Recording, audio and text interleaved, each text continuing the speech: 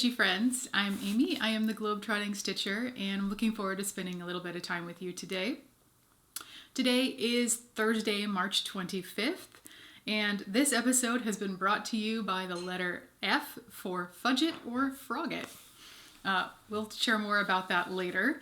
So we hope you all are doing well. We're doing quite well here in the Seattle area. It's been dry and mostly dry, and it's been kind of a cold spring so far. We're still sometimes getting down into the 30s at night, so it's been quite chilly here. This episode actually, this is the second time we're filming it, so we're a little bit behind schedule. We had a filming snafu where we had actually filmed the whole episode, and Gary took the file upstairs, or the card upstairs, to get it downloaded and ready to edit. And we had both seen the video on the camera. We actually saw it. We replayed a bit of it. But when he went to download it from the camera card to his editing software, the file had mysteriously vanished. So coming to an Unsolved Mysteries episode near you. Hopefully we'll someday find our missing video, but I doubt it. Not gonna happen. There's no hope. It's gone. So I wanted to just start out by saying a quick thank you to Debbie at Creatively Yours. She gave us a shout out a couple of weeks ago, and as a result, we've seen quite a few new subscribers. And so it's been really fun. And it was also really great for me, because when I learn about somebody who's given us a shout out, sometimes it's a person who I don't already know about their channel, or I am not watching them. And so it's great fun for me to be able to discover other Flosstubers that I don't get to see on a regular basis. And so I've been enjoying watching some of Debbie's episodes and enjoying seeing her work. And then through her have been discovering some other new Flosstubers. They're not new, but they're new to me. And one person that, if you guys aren't already watching, that I really have enjoyed is the Rocking Stitcher. Both she and Debbie are Dutch stitchers. And so it's really nice to see what they're working on. But the Rocking Stitcher, oh my goodness, you guys, she has so many big, beautiful, full coverage pieces. It seems like primarily what she is stitching. And it's so inspirational just to see what she's managed to accomplish and the beautiful pieces she's working on. So I would recommend going to check her out. Someone else that I've discovered recently who is actually truly a new Flosstuber is Stitching Jenny. She has just released her first episode within the last week or so, and I really enjoyed watching her, really enjoyed hearing her story. She shared a little bit about how, and I think many of us can relate to this, she had her first couple forays into the world of cross-stitch happened when she was either, as a child or an adolescent. And unfortunately, the things that she worked on with her first couple attempts at cross-stitch were not, it wasn't a great experience. And so she became an adult and had absolutely no interest in cross-stitch. And her sister ended up being very persistent and kept try it, just do it. And so she finally gave in and gave it a try, and she has fallen down the rabbit hole. She has joined the rest of us down here in this beautiful place of addiction. And so now she has started her own Flosstube channel. So if you haven't discovered Stitching Jenny for yourself, please go give her channel some time, check her out. I really enjoyed watching her first video, and so just want to welcome her to the community of Flosstubers and Stitchers, and so please give her some encouragement, and I'd love to see her continue making videos. So let's get right into the whips that we've been working on since the last time we filmed. So the first thing I have to show you, actually, before we get into whips, I have a finish to show you. And the reason I'm a little discombobulated is because when we first filmed this episode, this wasn't a finish, it was still a whip. But happily, it is now a finish. Oh, there it is. So I am really excited, you guys, to have finished my my seasonal design, which is Holiday Ribbons by Laura J. Perrin. I stitched this on an 18 count sage green mono canvas. And those of you that have been watching me for the last several episodes, you know that this was my first time working on a counted canvas piece. Really enjoyed it. I think at some point in the future, I don't have any other counted canvas designs in my stash, but I could certainly see myself stitching more of these. So the last time you saw this, I was getting quite close to a finish. I had completed work, or was almost finished with my work on the Christmas tree ribbon. I was also pretty close to finishing up, or already done with the holly ribbon, and was kind of looking toward finishing up. You know, I only had two ribbons left to stitch and the border. And so this is, whoop, this is our finished design, and I think it's absolutely stunning. I'm really, really pleased with it. So last week when I was working on this, I stitched this ornament ribbon, which was really fussy. Those ornaments are small, but there's quite a few layers in them, and I was really surprised at how long it took me to finish that ornament ribbon. You're trying to play a bagpipe there. It's funny watching you hold that. Oh, I was like, Gary's like got this Cheshire cat grin on his face behind the camera, and I was like, what's he laughing at? Here, let's see if that's a little less awkward. Anyway, finished this ornament ribbon. It took me almost a week of stitching. That one was just really, really fussy. The other thing I stitched was this, the Christmas stocking ribbon, and that one went a lot more quickly. Those were really fun to stitch, and I just flew through them. I really, really enjoyed that ribbon. And then stitched the border all the way around. And again, the border was also really fussy. There's probably 5 or 6 different layers in that border to bring it all together before it's all said and done. So I really love this design. I'm really, really pleased with how it turned out. I think it's very pretty, and I'm excited to have this finished. So I think my next step is this.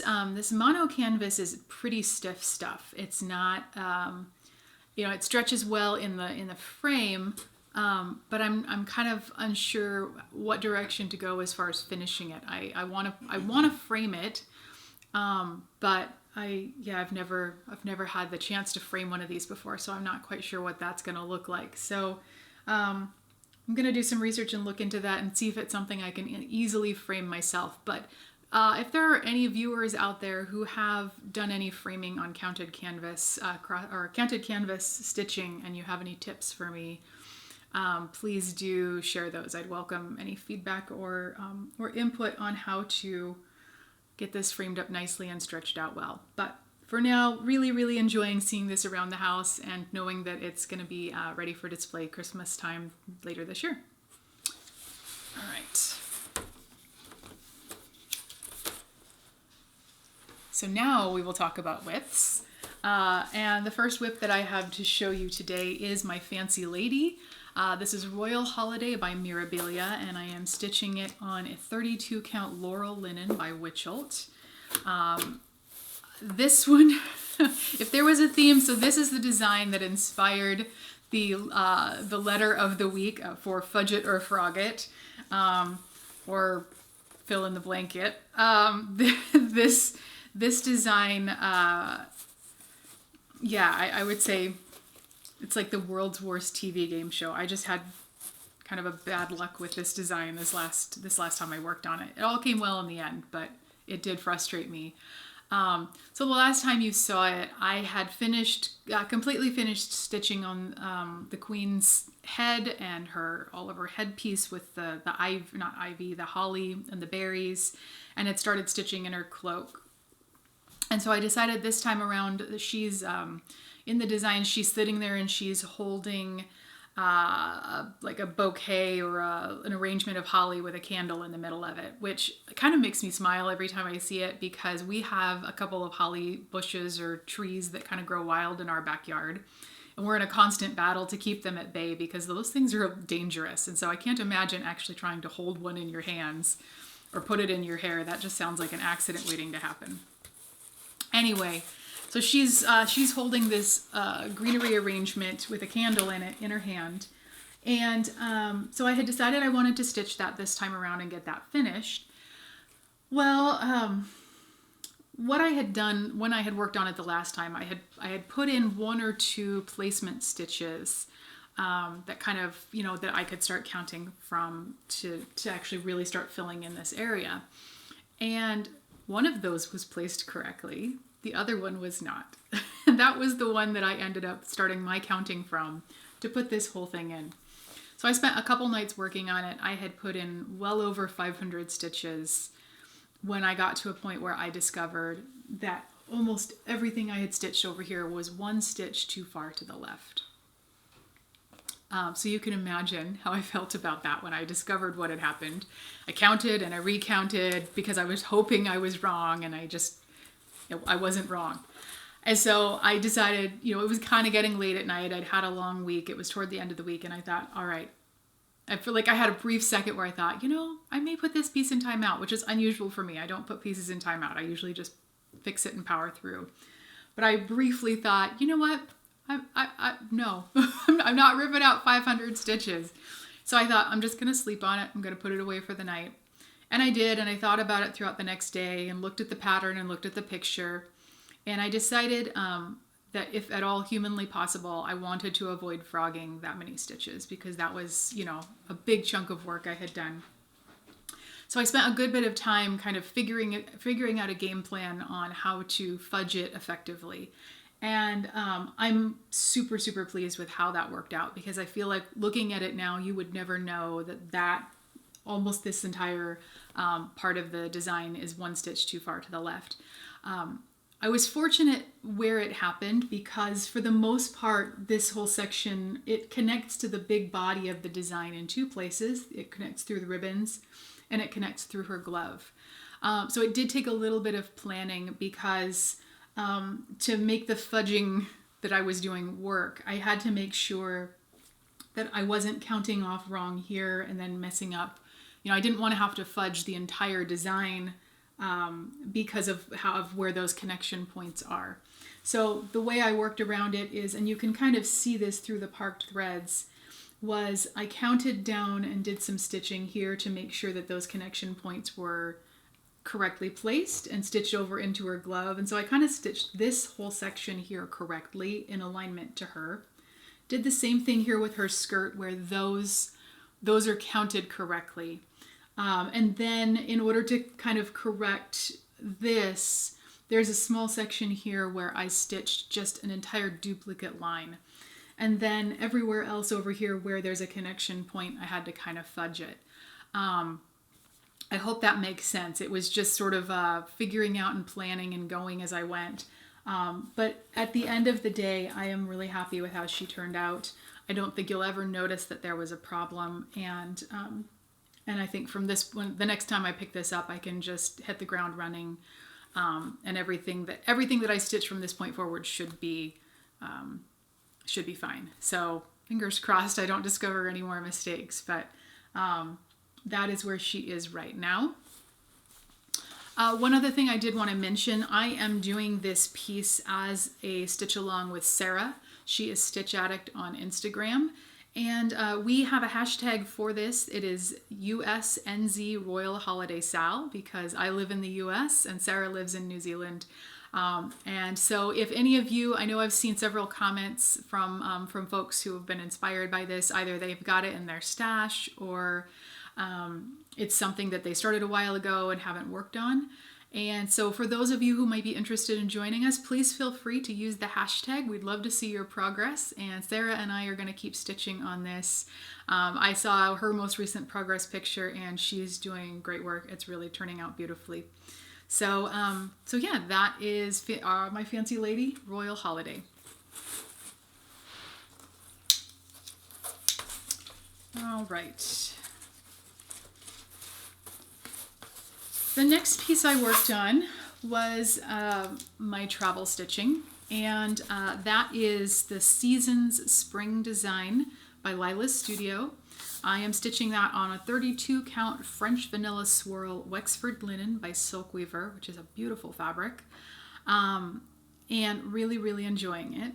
So the last time we showed this, I had just gotten a brand new start. Literally all I had done was stitched. There's a quilt star motif that's up in the corner. I had stitched that and I had started putting in a little bit of the wing on one of the birds in the design. I'm almost embarrassed to show this to you guys, but it's just the way my schedule has been the last few weeks. It's gotten virtually no love at all. It's been well over a week since I've touched this. So this is what I've managed to accomplish in the last nearly 3 weeks. It might be a little bit there, but you just be nice to yourself. You got a whole bunch of other stuff accomplished, like working, Like my job? Yeah, like your job. Yes. I think you bought me another action figure too. I did. I mean, you did do stuff. I did do stuff. You finished that one over there, the ribbon one. Also, you did an awful lot of work.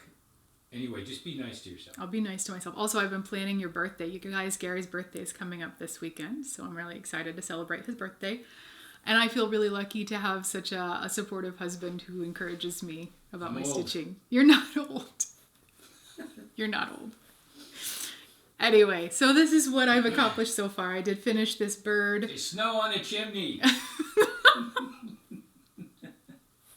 What's wrong with you? Sorry. Back to the stitching. I did finish this bird. I love this this teal that is used for the body of the bird. That's just one single skein of variegated floss, and it's got a nice bit of variation to it. It's really, really beautiful color. So I stitched the bird and its little branch here, started putting in these flowers that I think are pansies.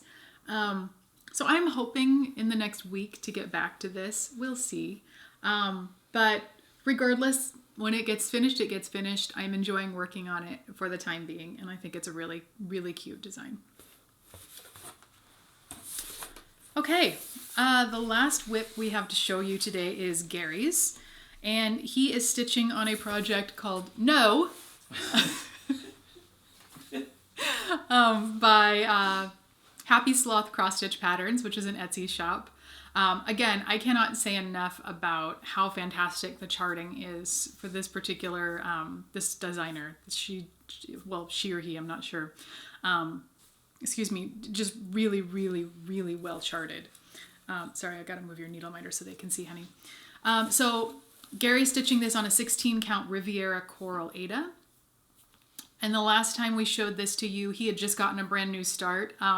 Literally all he had stitched at that point was the outline of Robin's hand in the corner of the design. And this is where he is right now. So you can see he filled in Robin's hand with the green. He stitched one of Batman's hands and a little bit of his uniform, and then stitched up and around. So this is the outline of Robin's head. And then he's stitched the outline of Batman's slapping hand and started filling that in. I don't know if you want to add anything or talk about how this is going for you. Once I finished the hand at the bottom, the blue hand at the bottom and the gray, it became, well, what do I do next? And I like working from left to right, so I had to figure out how to get to the hand without miscounting. So I just, for me, what I found, I guess, is to just go from where a place already exists, right? Go from where a stitch already exists and start stitching from there. If you try to, like if I went from the finger that's pointing on the hand and counted up, it's about 19 up and 2 over or something like that. I could have gotten that right, but if I got it wrong, then I would have to frog, and I don't want to do any of that. So it's just easier if you look down at the hand to follow that line that would outline Robin's head, and then to go over and start working on Batman's hand, and everything I haven't miscounted, so that works really well. It came in handy a couple of times with the Isle of Fall I did previously too. Anyway, yeah. That's just that. Yeah, it's really fun to see this coming to life. And I can't imagine finding a fabric that this would pop more on. I think the design is just, this fabric is just perfect for this design. So, all right. I should note that we do have a fabric coming in the mail for Gary to start his next project. And then we've got 1 or 2 charts that we've been talking about as a potential project for after that, including Gary has been making some rumbles about maybe doing a full coverage piece. So we'll see. I got time now, I'm old. You better be careful. Those full coverage pieces will make your eyes fail. Yeah. Okay, so that's all our whips for this week. I wanted to take a few minutes to answer a couple of questions that have come in over the last few weeks. So the first one I think is just a really fun question. Nancy, and I'm going to probably completely mispronounce your last name, Nancy. I apologize. I think it's Barais or Barais. But Nancy said, she said, "How did you two meet? You have such a great relationship. You remind me of my parents' love and friendship." First of all, Nancy, that comment really touched my heart. I thought that was so sweet. And I know it's not a Stitchy related question, but so many of you every week are so kind in the comments and talk about how much you enjoy Gary and the voice from beyond and the way that we interact. And so I just thought it was fun to answer this question. So Gary and I met a long time ago when one of his longtime friends and one of my longtime friends got married. And we hadn't actually met up until the wedding, but when we were both in the wedding party, and we actually walked down the aisle together at their wedding. There are pictures to prove it, but we don't really remember each other at all from that event. It was another... I have no memory. We obviously made a big impact on each other. We were just at very different places in our lives, and so there was no spark that happened, obviously. I was drinking. I was not. I wasn't drinking. He wasn't. He doesn't drink that much. Anyway. Go ahead. I'm sorry. Go ahead. We're boring these people. No. Anyway, a few years went by after that wedding, and we happened to cross paths again at a party from the same people. And nothing really happened there except there was a little spark. And then finally, it was another year after that at a New Year's Eve party. We were both newly single. Neither one of us was looking for anything. And there was a spark. And so Gary asked me to go have dinner with him, and I did. And the rest is history. But yeah, I think it's kind of, I love the fact that we met by walking down the aisle at somebody else's wedding. So that's a little snippet of our story. The next question comes from Pauline Dutton, and Pauline asked what kind of stand I use to hold my large frames while I'm stitching. So my floor stand is a Lowry stand, Pauline, and absolutely love it. Can't recommend it enough. The only thing I would say about it is that I do struggle. It's just not designed to hold a really heavy frame. So if I'm using a Q-snap or like the frame that I've used for my counted canvas, my holiday ribbons, it has absolutely no problem holding that. I do have a hard time getting it to stand up straight when I stitch on my Omnic frame because that frame is really, really heavy. But for the most part, that Lowry stand is just a workhorse, and I could not be happier with it. And then the final question comes from Jeanette Ramos. And Jeanette had two questions. She wanted to know what advice I have for a stitcher who's trying to transition from Aida to even weave. She says, I've seen many tutorials and I'm still lost. And then she also asked, how do you achieve a very thin line while backstitching, like the thin line on your fancy lady eyebrows? So I'll answer that first, the second question first, as far as the thin line. So I think one of two things. I stitch with, when I backstitch, unless the pattern explicitly calls for more than one strand, I always stitch with one strand. And that generally helps to keep it nice and thin. The other thing that I have started doing in recent years is very seldom now do I do just a straight traditional backstitch. So, a traditional backstitch would be where you stitch every stitch. You do the backstitch on every stitch individually. And I have stopped doing that because I don't like how it does create a thicker effect when you do that, because there's just an unavoidable little pucker or dent that happens when you come up and go down. And so what I've started doing more often is I'll do a long stitch or a couching stitch. A long stitch would be, you come up in one hole and you will cross the thread over maybe 3 or 4 regular stitches before you go back down. I wouldn't do more than 3 or 4 because then the thread becomes, the stitch becomes too loose.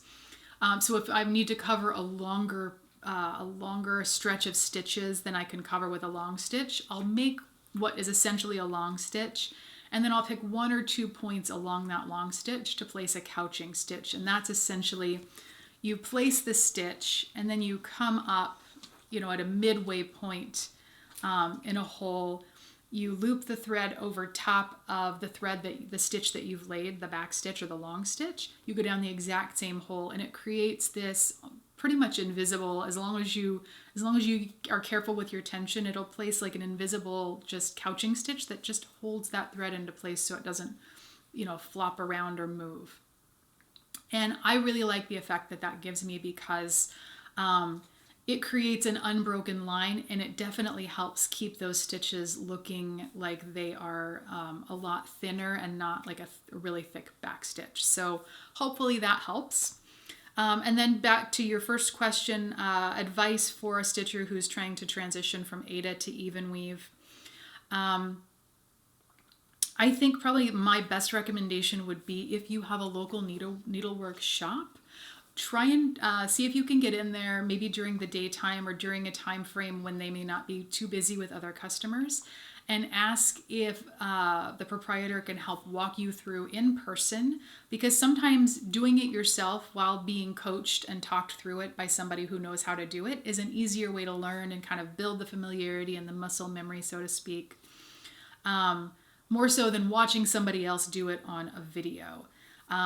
If you don't have a local shop, then maybe try to find a local stitcher who would be willing to do the same thing, sit down with you and show you in person how to do that. Again, same reason.